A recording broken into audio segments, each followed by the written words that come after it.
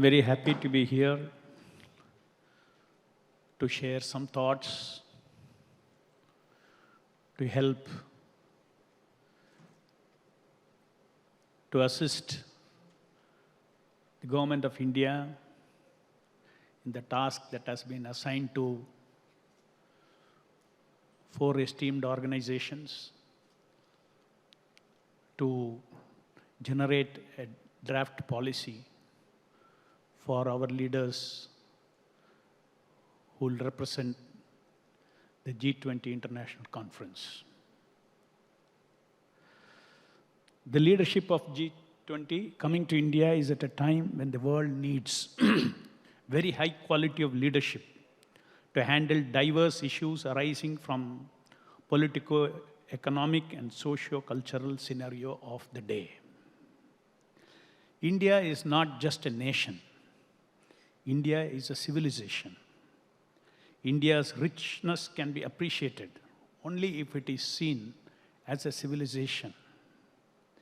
India's rich spiritual and cultural heritage can give the world the philosophy, the practical action pointers and guidelines, not only to assure peace and expand happiness of the nations today on this earth, but also to ward off creation of sources of evil forces within humanity. India's offering to the world, as articulated by the Honorable Prime Minister of India, Narendra Modi ji, quote, Indian culture is very rich and has inculcated in each one of us great values. We are the people who have come from Aham Brahmasmi to Vasudhaiva Kutumbakam. One earth, one family, one future. It is this, unquote. It is this timeless current of thought that gives India an unwavering belief in multilateralism and globalization. Vasudhaiva Kutumbakam is one of the several themes of G20. This is the most beautiful Vedantic thought found in our Upanishad, which says that the world is one family. All living beings on this planet are one family. Vasudha means earth, Eva means certainly, and Kutumba means family. Though born in different nations of this world with different ethnic, religious, and cultural backgrounds, we all have one common thing to say. We are all born on one earth and share one and only one earth to live. There is no meaning to the idea of a family without father, mother, and children. In a successful family, there is recognition and respect for a father who is the head of the family, having a fatherly influence on the members of the family. Similarly, there is no meaning to Vasudhaiva Kutumbakam, the world family, without the concept of a head of that world family. That is a recognition of the supreme fatherhood of God or the infinite consciousness in the form of supreme proprietor or creator or controller, maker of laws of living, or an invisible force that reigns over the moral and ethics that make life sustainable. All major religions, some concept of supreme fatherhood of God over all that be, and adherence to appropriate code of ethics and morality prescribed according to time, place, circumstances of its application exists. The concept of a family without recognition and respect of a fatherly force operating on this world is not really a family. There cannot be brotherhood without common fatherhood. Let us come to the feature of mother in Vasudhaiva Kutumbakam.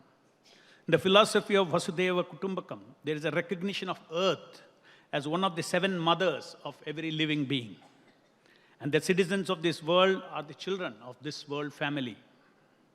The feeling that arises out of the paradigm that the world is one family automatically brings forth so many wonderful interpersonal relationships of mutual trust, mutual respect, with a sense of belonging to each other.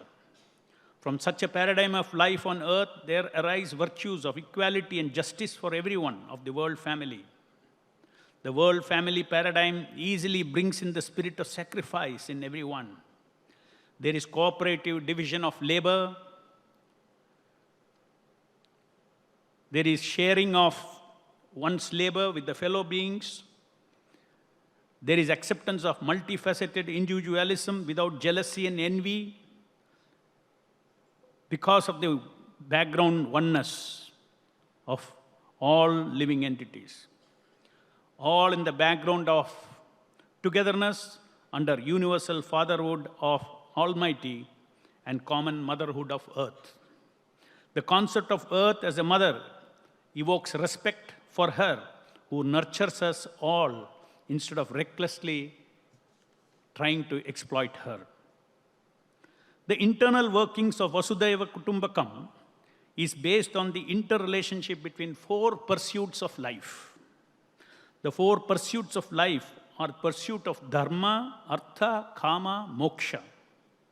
Dharma, artha, kama, moksha are considered to be the common universal life purposes that man pursues. Let us look at each of them. What is dharma? They are non-sectarian, universal principles that uphold, nourish, or support the stability of the society, maintain the social order, and secure the general well-being and progress of mankind. This is called dharma. It is said, dharmena hinaha pashubihi samanaha. If there is no principles of dharma in the society, then it is an animal society. The dharmic codes of conduct for human beings within the world family of Vasudeva Kutumbakam is based on four cardinal virtues of human being. They are satyam, truthfulness; saucham, internal and external cleanliness; daya, compassion to fellow being; and tapa, austerity. They are called four pillars of dharma in Srimad Bhagavatam, considered to be the natural commentary of Vedanta. Artha means pursuit of economic development and kama means pursuit of enjoyment in life. The key idea of eternal dharma or sanatana dharma is that artha and kama are to be pursued only within the confines of dharma with the goal of achieving the larger purpose of life called moksha or liberation from all sufferings of this world. Atyantika dukkha nivritti. In the world family of Vasudeva Kutumbakam, every member pursues artha and kama by staying within the confines of dharma, the code of conduct, as to what one should do and what one cannot do. When all these four factors work harmoniously, the world family will flourish. Everything new in this world has begun with a thought or an idea. Even in scientific discoveries and inventions, they all began with a seed thought in the mind of scientists. Then it grew into a tree of thought and turned into actions which started bearing fruits for humanity. Similarly, this idea of world family circumscribed by the circle of dharma is the seed of the philosophy of Vasudeva Kutumbakam. This seed has developed over years as a gigantic thought system by Indian sages, which the modern world, including India, should study more deeply and implement to bring about peace, prosperity, and happiness in this world. A world family of Vasudeva Kutumbakam is not the family of just humans. It encompasses all life on earth. It is designed on the foundation of universal principles, which can guide humanity towards a life of peace, prosperity, and happiness to all living beings, including animals and trees. Such is the far sight of the philosophy of Vasudeva Kutumbakam. According to Vedic texts of ancient India, most civilized people value the fundamental ethical principle of not only lokahita, or doing good to fellow human beings, but even a more enlightened ethical principle, which is sarva bhuta hita, or the good of all species. For this is more inclusive worldview of Vasudeva Kutumbakam. Worldview of caring for the welfare of all species of life on earth, that is the good of all species, sarva bhuta hita. Lokahita is contained in sarva bhuta hita. If one cares for all living entities, one also cares for one's own human species. But the converse is not necessarily true. Thus, if the world cultivates sarva bhuta hita, one will be more conscious not only of his relationship with his fellow men, but also of his bond with all of nature, the animals, the trees, the waters, the earth, the world. Only this kind of comprehensive ethic for a world family can lead to sustainable life on earth. The need for more broad-based, alternate to Western sense of worldview and ethics is eloquently expressed by Robinson and Garrett in their book, Introducing Ethics. Quote, the failure of Western utilitarian arguments to produce moral answers suggests to some that we need a newer, more complex kind of ecological ethic, which is more radically holistic. It is going to be difficult for us to grasp this kind of ethic because it does require a considerable effort of imagination and a readiness on our part to reject our own immediate material desires in favor of something remoter and grander, unquote. The idea of seeing ourselves as part of something greater, as part of the vast complex we call earthly existence with its various life forms, is new to the West, but it is age-old in the East. The idea of shreyas, of choosing actions for long-term benefits by foregoing the immediate benefits called prayas or sense gratification, is ingrained in Indian traditions. Many Western social historians and philosophers are turning to East for resolution of problems faced by modern man. Buddhist and Jain ethics, with their stress on simplicity and ahimsa, the Vedic tradition's emphasis on 7 fundamental virtues of items of dharma to be cultivated in the community known as yamas and niyamas. The restraints and observances are being studied by them with great interest. The first 4 primary and the other 13 are secondary. The primary 4 virtues are satyam, saucham, daya, tapa. The secondary are asteya, kshama, brahmacharya, etc. The society would do well to embrace them with great earnestness. No doubt all great traditions of the world endorse some form of the qualities mentioned above, but the Vedic literature, which gives rise to highly sophisticated theistic traditions, offers mankind information that illuminates moral concerns to a profound degree. Over hundreds of centuries, life on earth went on with minimum interconnectedness between the people living in one town to the next town. Local units thrived as almost self-sufficient units with land and livestock as basis of economy. It was simple life vis-a-vis material comforts.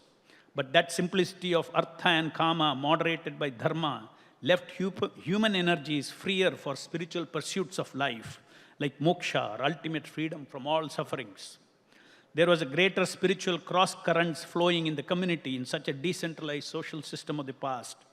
The peace and happiness index in such a society was definitely much higher than today, which even with much lesser material comforts.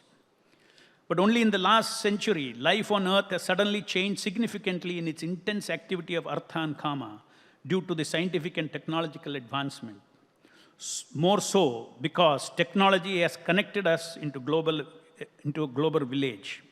However, the sad part is that the awareness of dharma and its application among the leaders, which is required to moderate artha and kama, even in India, has not kept up with the accelerated growth in the activities of artha and kama. Focusing largely on only 2 of the 4 life purposes is creating an imbalance for the world due to short-sightedness of the leaders. Today, humanity has increased its needs from simple to more complex ones, which has turned our lives into complex ones, demanding much more from Mother Earth. Consumerism encourages material greed, and it is resulting in complex material needs. Life has become highly interdependent. No community, no nation in the world can say it's completely independent. On the one side, the rich are becoming richer and the poor are becoming poorer.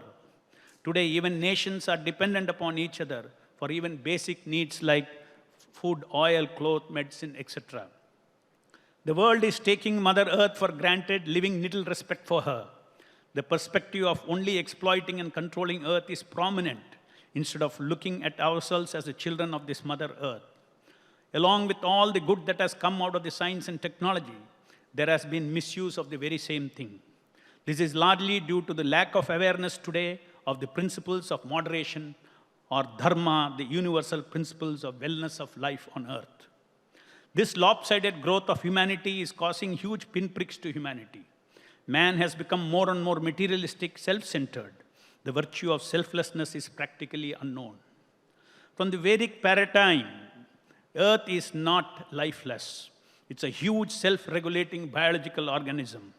Every mass action and lifestyles, if it is in consonance with the principles of dharma, it evokes a good response from Mother Earth. And similarly, mass actions and lifestyles of reckless exploitation that violate the restrictions placed by dharma will create a devastating response from this angry Mother Earth. These reactions become manifest in the form of new diseases, wars, earthquakes, and other natural calamities. The Vedic paradigm put the blame on man's own actions for mass suffering, called Adidhaivik kleshas. The world leaders hold the steering wheel of the development on this earth. To steer the world family towards peace, prosperity, and happiness, there is an urgent need for a philosophy from which they can derive the roadmap.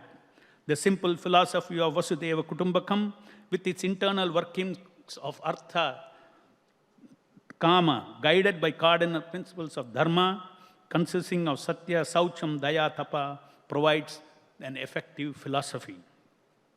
It is high time that we take a deeper look at what is good and how much of that good is really good for the healthy sustenance of the earth as a whole, from not only material perspective, but also from perspective of culturing basic spiritual values in mankind that can sustain life on earth. There is an urgent need for humanity to put serious efforts to culture human values of love, respect, compassion, tolerance, patience, sharing, kindness, cooperation that alone can sustain earth. The so-called growth of humanity without these human qualities is not progress of humankind, but degradation of life on earth. We all seek changes in the present world, changes that allow humanity to exist on this planet harmoniously, not only with nature, but with interpersonal harmony among people of different nations, international harmony, within the diversity of political, culture, and socio-cultural ecosystem. That is undisputedly the desirability of those seeking an equitable and a peaceful life on earth. Now is the time for the leaders of this world to embrace the universal philosophy of Vasudeva Kutumbakam that will help us direct and moderate growth and development of humankind for the good and filter out all the bad and excesses. It is a philosophy that embraces all that is good, eliminates all that is bad, on the basis of looking at the world as one family and well-being of maximum number of family members. The philosophy of Vasudhaiva Kutumbakam is a paradigm that makes us see the world differently than for merely being meant for insensitively selfish exploitation for humans' enjoyment by competing for power, knowledge, and pleasure. Having said this, the Vedic perspective is very practical and is not just idealism. It admits that there exists in this world at all times two kinds of forces, good and evil, despite constant effort to bring maximum good to the maximum. And the principles of dharma also prescribe methods like war for the sake of keeping the evil at bay when its negative influence exceeds the limit. And the war at Kurukshetra is the example of such a dharma yuddha. And the message of dharma enunciated by Krishna in the Bhagavad Gita can be the guiding light for humanity. Humanity has to be cleansed by wars, by arrangement of the Almighty Father of the world family, Vasudhaiva Kutumbakam, whenever there is dominance of adharma or lawlessness. Noble thoughts have guided humanity all along. The philosophy of Vasudhaiva Kutumbakam, with all its internal social workings, through which the world is to be organized as one family based on sustainability of life of earth, is something that Indian sages can contribute to the world. What should be our plan way forward? The answer is to educate the world's youth in the universal concepts of world as a family and universal scientific social principles of non-sectarian dharma based on wellness of life on earth as one family. There should be a concerted effort to take all good things from cultures all over the world and create a body of knowledge most suited for modern times. Formal education of human values should be included right from the school. There is a famous saying that the child is a father of man. So we have 2 minutes. Last 2 minutes, sir. It means man is a product of values, habits, behavior, and learn what he learns in his youth. We should look ahead for the good of the future generation and not just endeavor to solve the present problems on earth. I will end this with 2 verses from Upanishads. Just a translation, short of time, I'll read the translation. We are birds of the same nest. We may wear different skins. We may speak different languages. We may believe in different religions. We may belong to different cultures, yet we share the same home, our earth. Another verse, born on the same planet, covered by the same skies, gazing at the same stars, the same air, we must learn to be happily together or miserably perish together. For man can live individually, but can survive only collectively. Thank you very much. Loka samasta sukhino bhavantu. Let the entire world be happy. Hare Krishna.